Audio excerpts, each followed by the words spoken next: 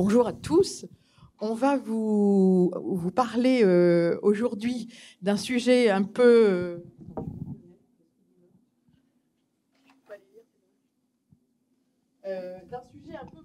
provocateur, un peu intriguant aussi, j'imagine, le métaverse. Tout le monde n'en a pas la maîtrise, d'ailleurs personne, je pense.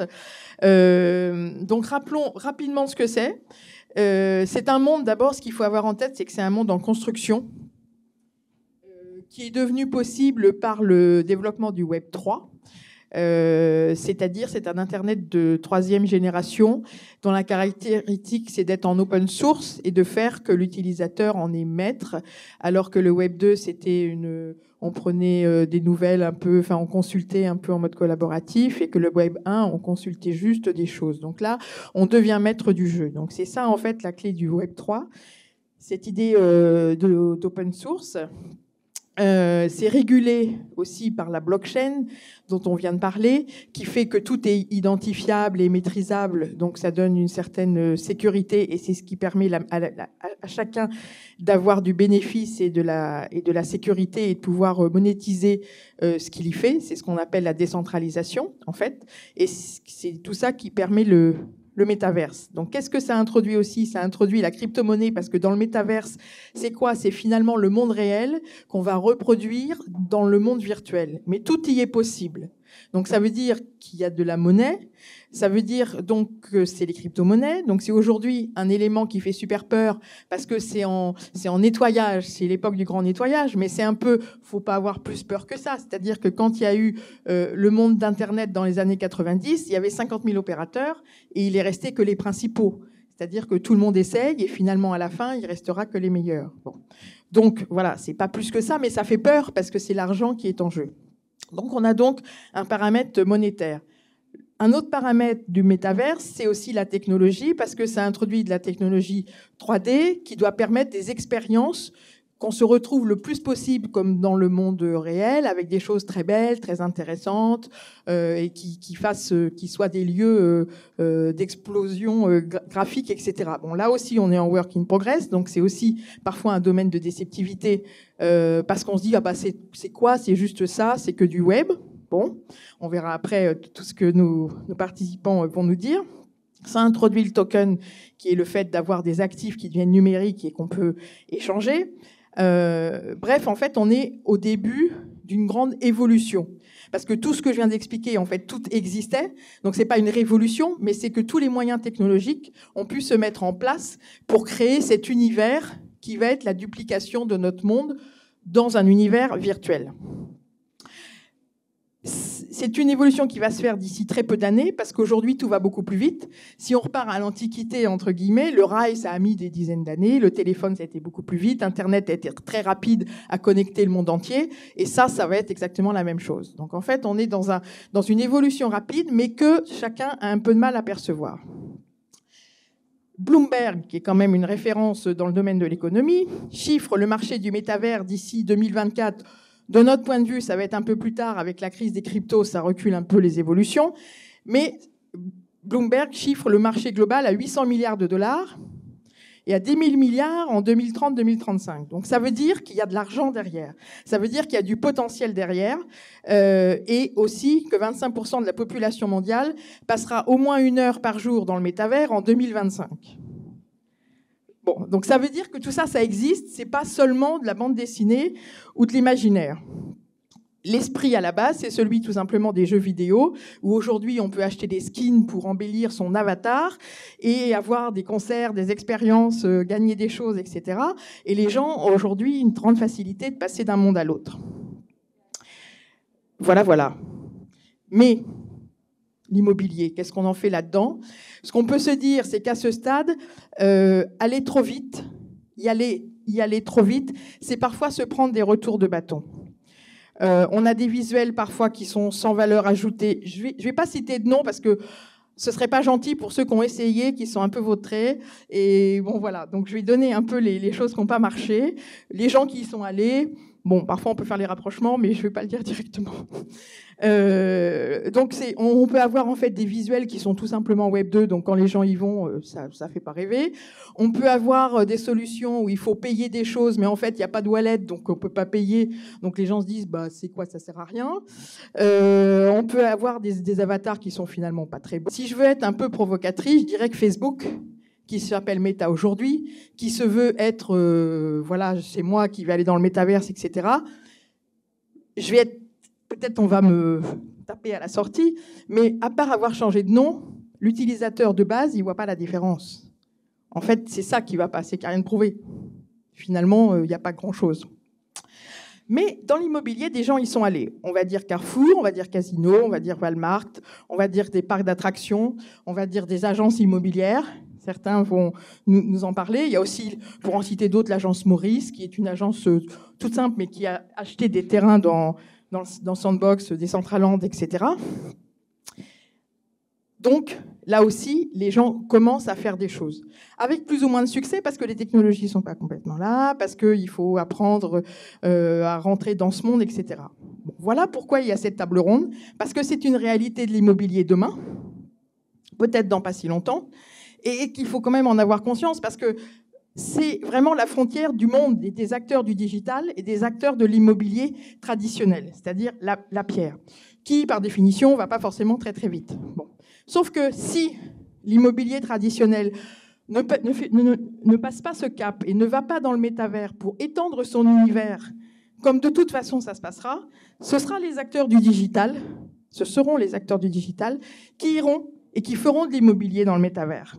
Et ça va vous passer juste comme ça. Moi, je dis qu'à un moment, il faut dire les choses. Donc voilà. Alors aujourd'hui, on a la chance d'avoir 4 intervenants très très férus sur le sujet, qui vont nous permettre de couvrir un grand nombre de problématiques. Alors je vais d'abord les présenter rapidement et après ils vont faire eux-mêmes le travail. Nous avons François Dong, qui est le directeur de la transformation et de l'organisation chez Swiss Life Asset Manager, et qui a une cellule de veille sur tout ce qui est technologie, évolution, et notamment le métavers, sur lequel il s'est intéressé, et où il va nous expliquer ce qu'il a trouvé comme piste de développement, avec toujours une recherche d'efficacité. Ce qui est aussi la stratégie de Nicolas Fratini, qui est le cofondateur de Versity, qui a développé dans son monde de l'agence immobilière et du développement de produits immobiliers une dimension métaverse aujourd'hui en place et en cours de développement, mais là aussi appuyé sur du ROI, de l'efficacité et du je fais quelque chose et pourquoi je le fais. Tout ça, ça nous démystifie le métavers, c'est-à-dire que c'est pas seulement je me fais plaisir, je vais à un concert de Beyoncé, je m'achète un sac Gucci à 5 000 € pour participer à la communauté de ce concert. Tout ça, c'est une réalité aussi du monde du métavers, c'est la réalité hype, mais qui fait peur. Là, on va voir des choses qui sont vraiment dedans.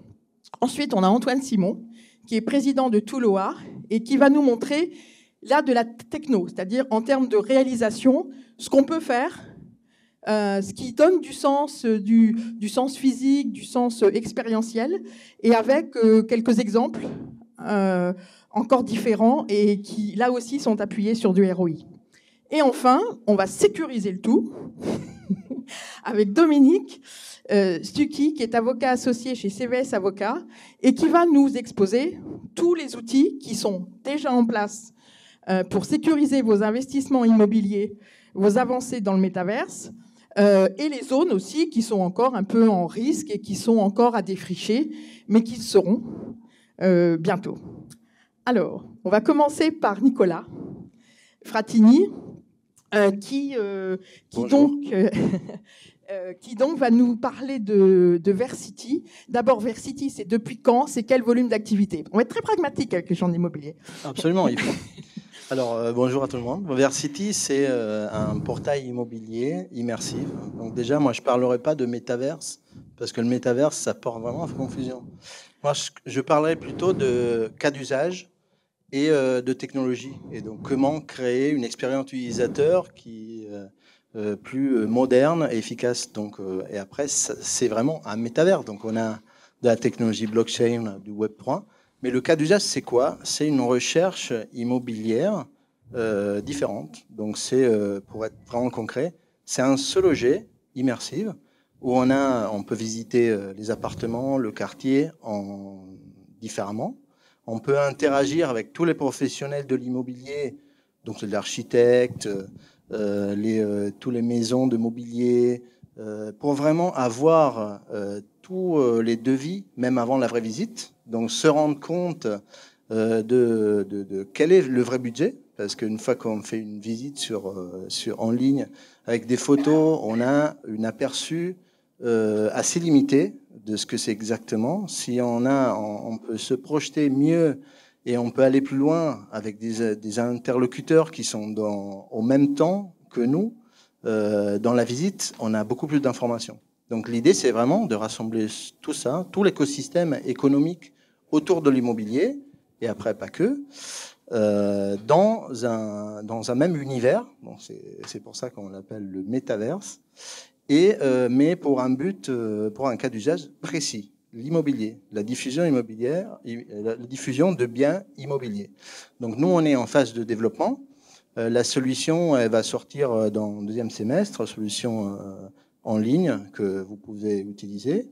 On est en train de digitaliser les villes complètement. On a une stratégie, on ne peut pas digitaliser le monde entier d'un coup parce que notre solution, c'est vraiment créer un digital twin, donc un jumeau numérique de l'environnement.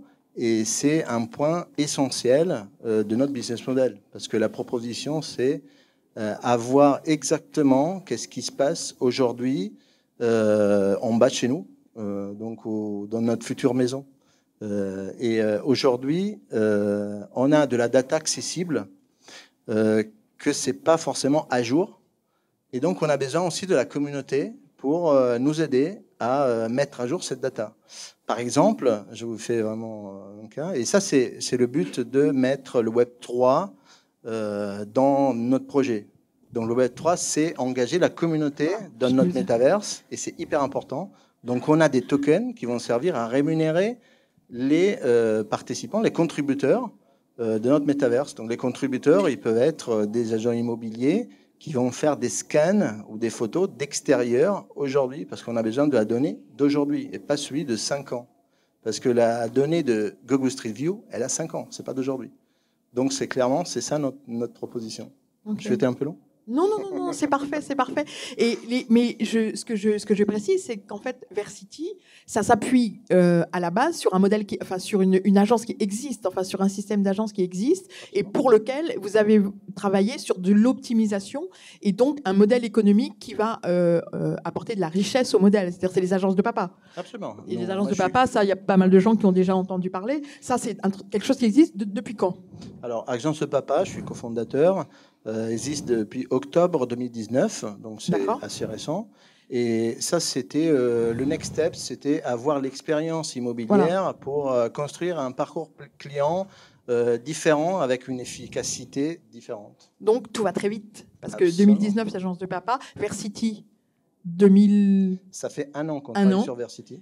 Et ça va être en accès 2023. Oui, bien sûr. Voilà. Donc, c'est un monde, encore une fois, où tout va très vite et où vous avez déjà un modèle opérationnel, des investisseurs, des résultats. Absolument. Et vous pouvez voir la solution. On peut vous la montrer en démo. On est à l'extérieur. Donc, je vous invite à regarder notre démo. C'est très parlant. C'est plus parlant que 1000 mots. Donc voilà un premier développement très concret, très simple du métaverse, du Web3. Je vais peut-être après, pour rester dans le monde de l'immobilier ancré, aller donner la parole à François Duong chez Swiss Life qui nous explique sa démarche d'approche du métaverse et sa façon de le prendre, de l'apprivoiser. Alors, en tant que société de gestion, on a deux approches. Une première approche, c'est purement financier. Vous savez tous, il y a un certain nombre de fonds qui sont sur la thématique de métavers, qui ont investi dans des sociétés, des structures qui travaillent dans ce domaine-là. Et la deuxième action qu'on a, c'est en tant que gestionnaire d'actifs immobiliers, on l'utilise et encore une fois, on passe à travers des usages concrets. Parce qu'il ne s'agit pas juste acheter un bout d'actifs sur le métavers pour communiquer, pour dire qu'on y est. C'est que utiliser vraiment avec un usage concret, ça nous donne aussi un retour sur investissement par rapport à ça. Quand on parle d'usage autour de métavers, on parle d'une expérience immersive, une expérience augmentée, qui permet de notamment mixer un peu la réalité virtuelle et la réalité mixte. Et ça permet aussi de superposer des informations numériques, comme ce que proposent les agents de PAPA, c'est de la réalité numérique et la réalité effective, pour donner une expérience immersive aux usagers, aux collaborateurs, aux locataires. On peut décliner ça sur tous les thématiques. Et ça, c'est ça que l'usage qu'on voudrait viser. Et on essaye de décliner ça aussi dans l'univers de l'immobilier, parce que dans le monde de métavers, on parle aussi de construction. Donc, avoir un actif dans un environnement digitalisé avec tous les interactions autour, c'est super utile pour pouvoir anticiper. Et aussi, ça facilite notamment la maintenance aussi. C'est-à-dire qu'un technicien peut avoir dans son environnement virtuel un accès à l'ensemble des informations et de l'expertise qu'il pourra avoir, même pour des expertises qui ne sont pas à côté de lui, donc qui peuvent être à distance. Donc ça, c'est quelque chose qui permet de combiner une réalité virtuelle, une réalité physique. Donc ça, c'est quelque chose d'intéressant, et je pense que c'est là-dessus que le métavers va apporter énormément.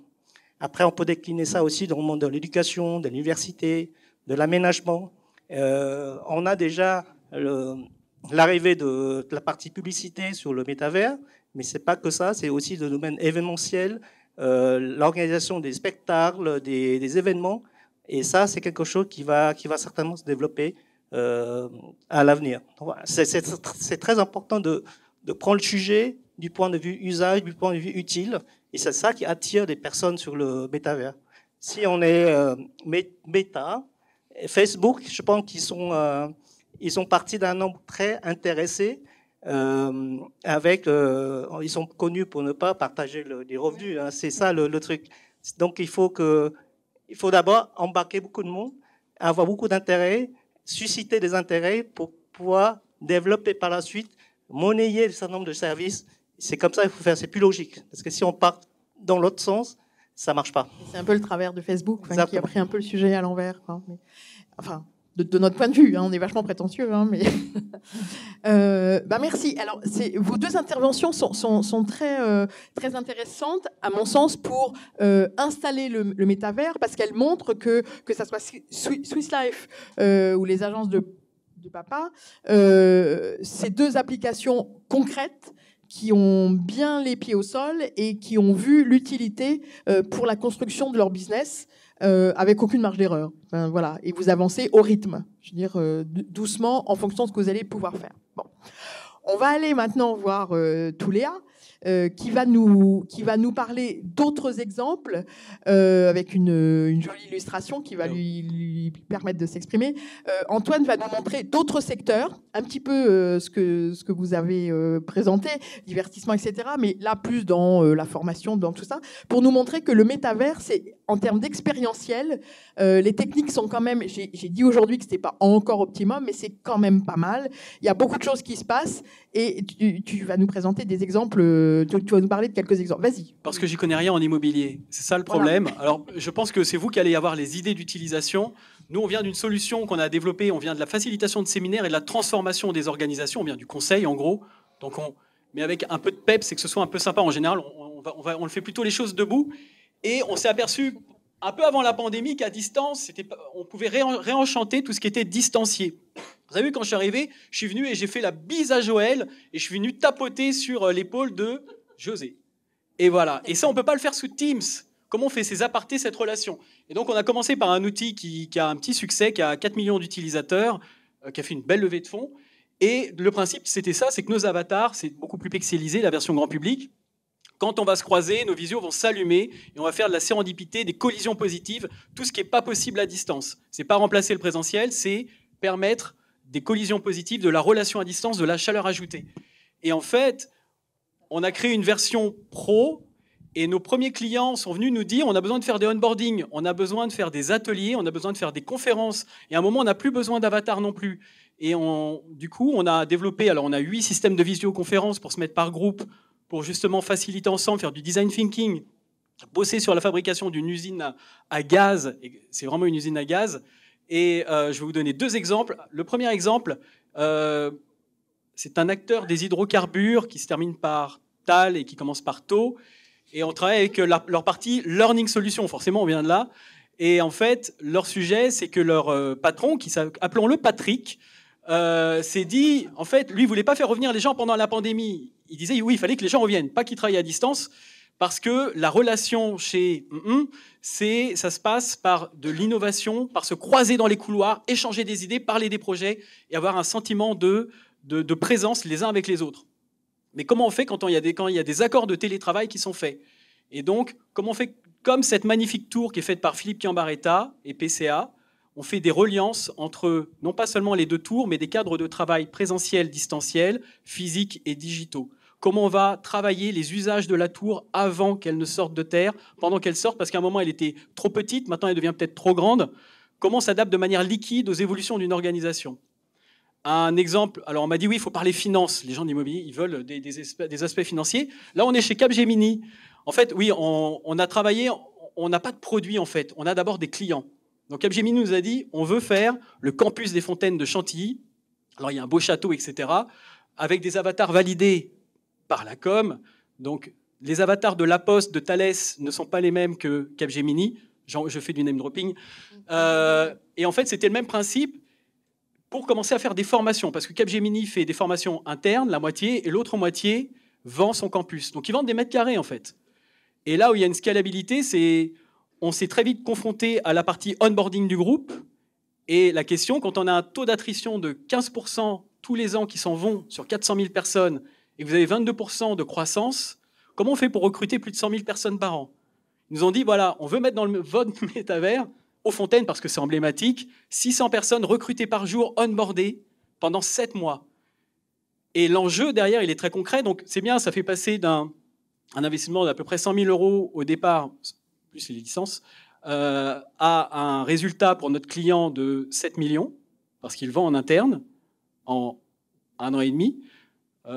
Et l'intérêt derrière, c'est un staffing d'ingénieurs de Capgemini qu'on va essayer par ce sentiment d'appartenance, l'appartenance à une communauté, par des rituels, lui faire montrer les valeurs du groupe et tout ça, cette chaleur, c'est de le garder au moins 8 mois de plus. Et 8 mois de plus, pour un ingénieur qu'on staff, c'est 96 000 euros, presque 100 000. Et vous en avez 120 000 tous les ans qu'il faut essayer de recruter, garder. Voilà. Je t'interromps juste 2 secondes. Non, mais tu vas continuer, tu vas présenter un autre exemple, mais je t'interromps juste 2 secondes pour bien faire comprendre les choses. C'est-à-dire que dans un monde immobilier, par exemple, où on a un monde du bureau aujourd'hui qui se pose un peu de questions, parce qu'effectivement, avec le télétravail, etc., les mètres carrés ne sont pas les mêmes loués et tout, on peut arriver à faire des modèles grâce au métaverse qui vont générer des revenus. Et juste, il faut changer le modèle. Juste, il faut changer le modèle. Il faut accepter que l'immobilier, aujourd'hui, il n'est pas que dans la pierre, il est aussi dans les pixels, et qu'on va arriver à générer les mêmes loyers, en fait. Oui, un événement digital, eux, le vendent 100 euros par jour. Si on loue Châteauforme, qui est notre autre client, c'est beaucoup plus cher. Mais en fait, on a fait 2 projets avec eux. Au début, on a digitalisé, on a fait un beau métavers, on va appeler ça comme ça, hein, avec de beaux châteaux, etc. Et il manquait le cas d'usage. Et en fait, ce qu'il faut faire vivre, ce n'est pas un espace vide dans lequel on va se promener, mais c'est faire vivre une expérience. S'il n'y a pas des expériences qui vont être apprenantes, les gens n'y vont pas. Si vous faites des bureaux et qu'il n'y a pas derrière des rites et des rituels, les gens n'iront pas se connecter, autant s'appeler en fait. Donc là, on est en train de faire justement des espaces pour, appelons Arkea, la DSI d'Arkea, ils sont 750, et tous les mois, ils font à chaque fois des Tech the Time. C'est la DSI qui échange sur ses pratiques, etc., à 750, avec des croisements, etc. Et donc là, il faut savoir comment on va faire des usages pour que sur un temps très court, très efficace, on va avoir envie d'y aller, d'y revenir, d'échanger ses pratiques. Je pense que l'avenir, c'est pas fabriquer des espaces, ça sert à rien. C'est vendre l'usage du bâtiment. Voilà. Et on peut y relayer l'identité de la marque, etc. Et c'est pas un seul bâtiment, c'est-à-dire que, par exemple, on a fait l'espace innovation de La Poste. Donc maintenant, on s'appelle laposte.fr/. Donc il n'y a que les postiers qui peuvent y accéder. Mais il y a 250 000 postiers et l'espace n'en contient que 25. Parce que c'est l'espace idéal, ergonomique, où il y a tous les contenus de la poste qui sont bien présentés. Et du coup, cet espace se duplique, se clone, et vous avez le même espace chaleureux, mais qui, dès que vous avez la 26e personne, va se dupliquer. Et l'idéal, c'est de ne pas faire un monde qu'on va essayer de vendre à la découpe, mais plutôt de faire un usage qui va être à chaque fois premium pour les utilisateurs.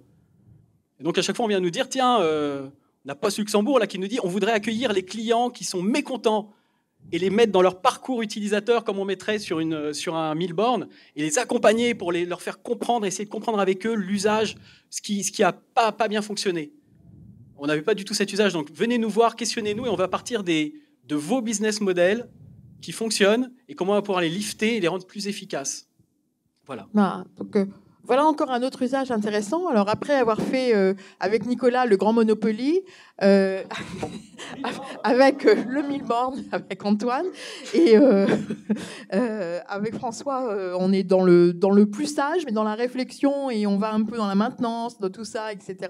Dans un premier temps, mais on sent qu'il y a un gros potentiel derrière, une ouverture de se dire on va y aller, mais il faut qu'on trouve les bonnes cases, en fait. Donc on a un peu balayé l'expérientiel, et je pense qu'on a un peu ouvert le débat du métavers par la bonne voie, c'est-à-dire de se dire voilà ce que ça va apporter à l'immobilier, c'est-à-dire qu'on va transférer les choses, mais pas juste on va dire bah ça y est, paf, on est dans le métaverse. On a vu sur certains exemples voilà, que ça n'a pas bien marché parce qu'il n'y avait pas de contenu. Là, on a du contenu, et du coup, on a des modèles qui marchent et on a de l'argent derrière, ce qui est le modèle financier de l'immobilier.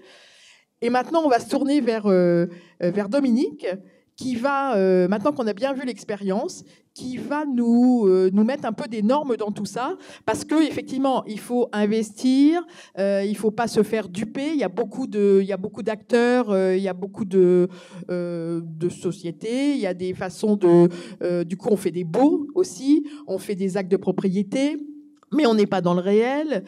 Donc, qu'est-ce que ça donne? Est-ce qu'on est bien propriétaire? Est-ce qu'on va bien récupérer son argent de tous ces modèles? Le PSAN, c'est quoi? Parce que le PSAN, pour moi, c'est quelque chose qui solutionne, qui fait peur aux digitaux, parce que c'est très normé, mais ça peut être une solution, oui ou non? Enfin, voilà, mettez-nous de l'ordre.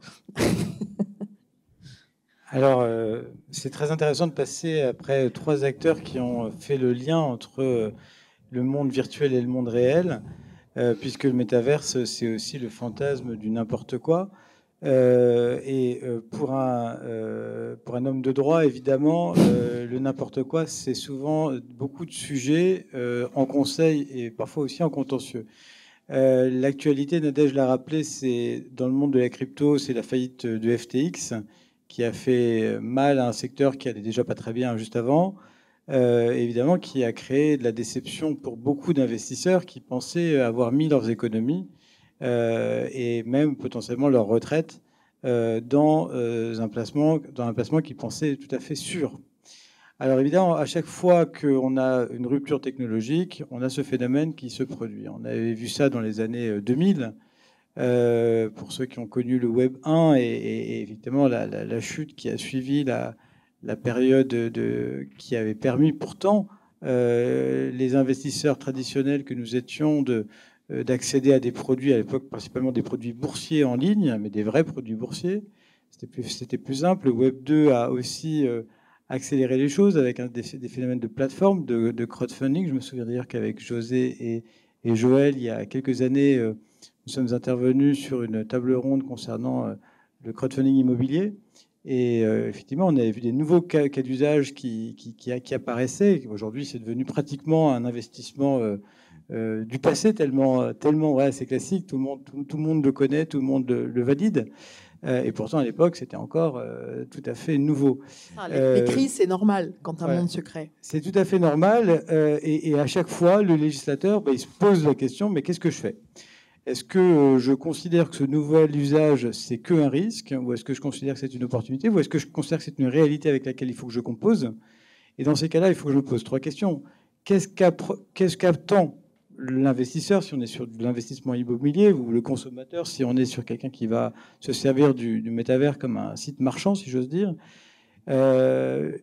qu'est-ce que je dois prévenir? Parce que ce qu'il attend, c'est une chose, mais ce qu'il va vivre dans la durée, ça peut être une chose différente. Est-ce qu'il va potentiellement être déçu? Et est-ce qu'il va potentiellement porter réclamation? Si je suis régulateur, je dois évidemment anticiper ce phénomène-là. Et puis du coup, comment je vais encadrer ceux qui intermédient ça ou ceux qui sont les marchands sur ces univers-là?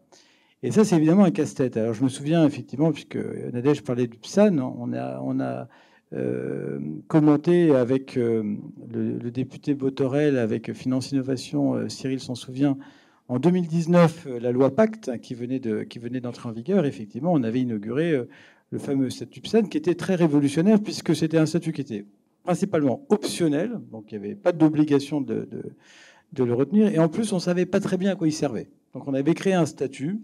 On se disait, il va servir à quelque chose. Alors, on avait évidemment déjà le Bitcoin et quelques autres monnaies virtuelles, mais la plupart des cryptoactifs, on ne savait même pas à quoi ils serviraient. Ils existaient pour la plupart pas encore.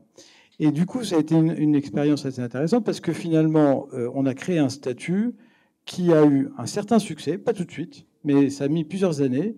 Et encore aujourd'hui, l'AMF est en train de revoir le statut parce qu'il s'est passé FTX, justement, donc on est en train de durcir un peu le régime, mais on s'adapte au fil de l'eau. Et puis l'Europe a pris le relais en disant finalement ce qui a été fait en France, c'est pas mal, et on a fait le règlement MiCA qui entrera en vigueur dans un an. Donc on voit bien que pour le régulateur et pour le législateur, en fait, on est dans un phénomène qui est à la fois de je crée des statuts, je régule et je tape quand il y a des abus, puisque FTX, vous l'avez vu, est en train effectivement de faire les frais, de rendre des comptes par rapport aux abus. Alors le métavers là-dedans, pourquoi une longue introduction pour parler seulement maintenant du sujet? C'est un peu le même phénomène, mais je dirais en accentué. Pourquoi? Parce que le sous-jacent, on l'a vu tout à l'heure, il est en partie réel, et en tant que tel, évidemment, on peut considérer qu'un investisseur qui voudrait, par exemple, avoir un morceau virtuel d'une propriété réelle pourrait, quelque part, souhaiter se projeter dans le métavers pour le vivre, et je donnerai un exemple très concret juste après, mais on est aussi potentiellement dans le total virtuel. Et là, la question qui se pose, c'est est-ce que si j'achète quelque chose qui est totalement virtuel avec l'idée que ça va me rapporter quelque chose, est-ce que je dois être protégé contre moi-même? C'est-à-dire, est-ce qu'on peut, entre guillemets, me l'interdire ou alors me mettre énormément de barrières avant que je n'investisse, en vérifiant que j'ai bien compris ce que je fais? Effectivement, aujourd'hui, le cadre, il n'existe pas encore. Il n'existe pas encore parce que je pense que, tout simplement, on est trop tôt pour que le législateur se positionne. Il ne sait même pas très bien comment il va pouvoir se positionner. Mais ce qu'on peut imaginer, c'est que, assez classiquement, il y aura des populations, principalement des jeunes, qui se diront que c'est un bon placement, facile d'accès, qu'il est fortement rentable parce qu'ils auront été encouragés en cela sur des réseaux sociaux avec des influenceurs et des personnes qui leur auront bien vendu le truc, que ce sera peut-être à un prix très accessible, quelques euros pour avoir quelques mètres carrés. Et puis, effectivement, avec un risque très important de déception, donc de produits qui ne vaut rien parce qu'il n'y a pas de sous-jacent.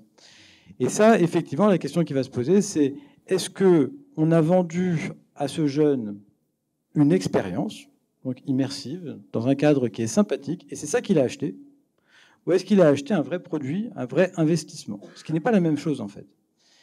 Et le régulateur, aujourd'hui, il est bien incapable de valoriser l'expérience. Ce qui valorise, lui, il se dit, moi, j'ai plutôt intérêt à me protéger contre un retour de flamme à moyen terme où le jeune viendra me dire, mais mes 10 euros, pour moi, c'était beaucoup d'argent, et je les ai perdus, parce que j'étais persuadé que j'allais faire x10, et en fait, j'ai tout perdu, donc, quelque part, je me suis fait avoir.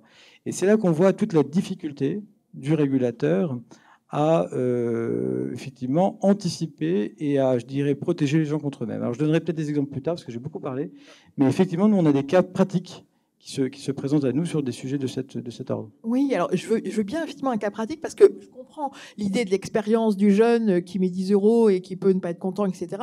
Mais si je viens sur le monde de l'immobilier un peu plus directement, je vous provoque un peu, hein, c'est exprès. Par exemple, je suis une foncière, j'achète un land de 300 000 euros, c'est le tarif du bon land, on va dire. Je suis propriétaire, vraiment ? J'ai un problème potentiel, quoi je veux dire, et si je veux le revendre, ça se passe comment?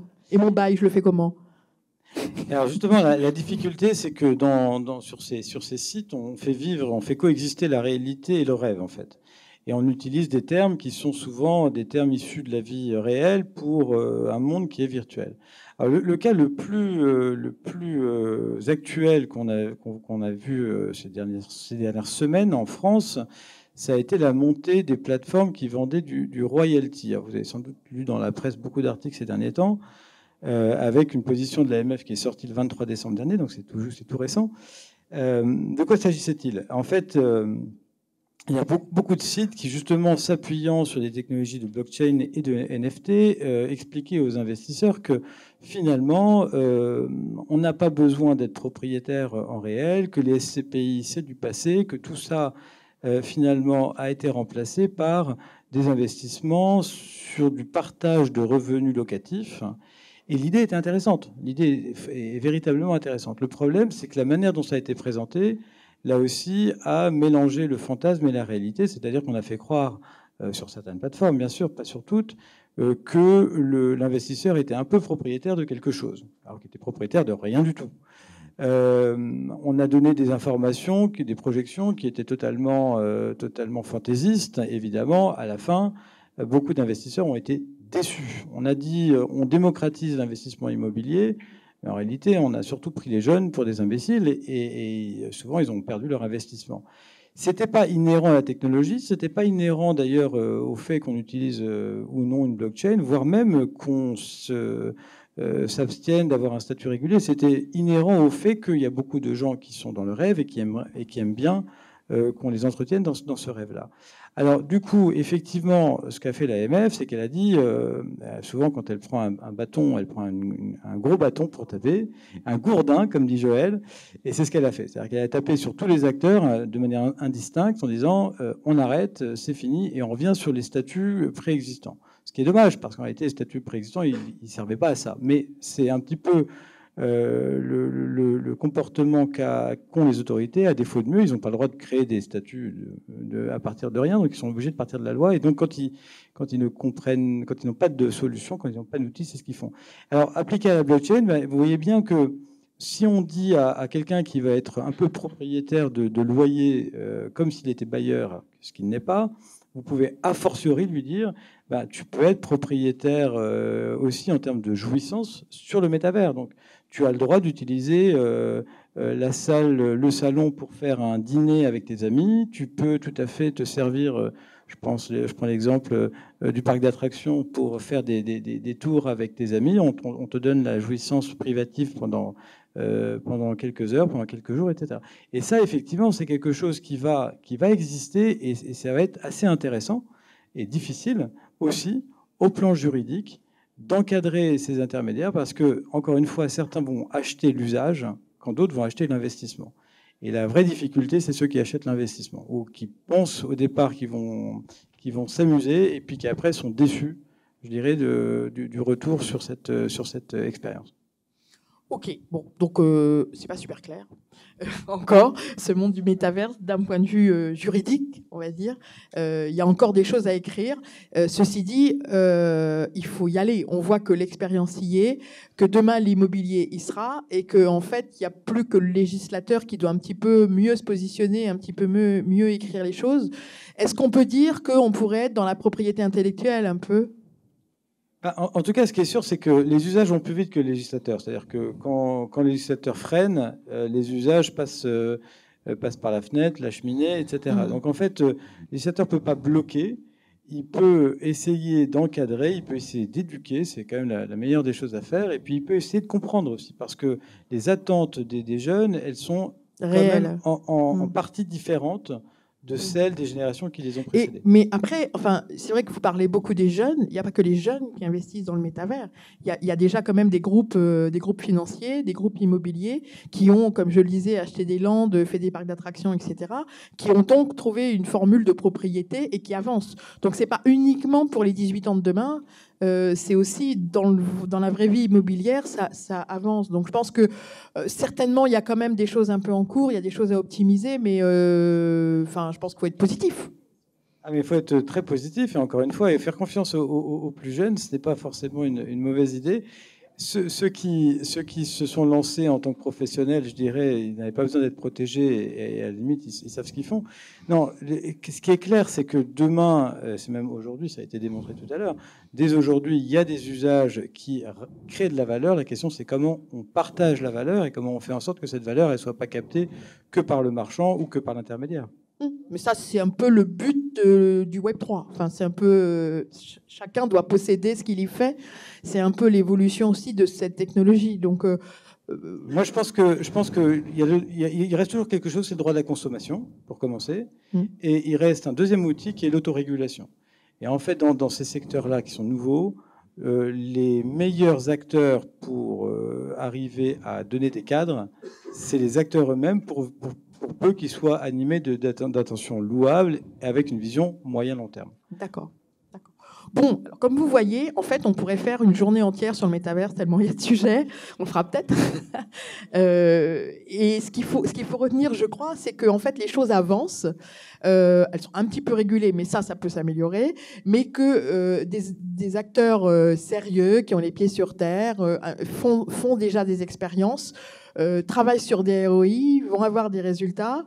Et que finalement, pour faire du métaverse, il faut avoir ce recul, essayer de prendre les repères de l'économie déjà en place avec la notion de résultat, d'investissement, etc., avec un zeste de créativité. En fait, c'est ça qu'il ne faut pas oublier. Donc, la créativité un peu hype, bon, elle est peut-être un peu dangereuse, et puis elle vaut à la limite qu'à titre individuel pour aller se faire une soirée, acheter un truc, bon, faire des trucs sympas. Mais c'est toujours du plus et c'est toujours du délire que vient la vraie chose.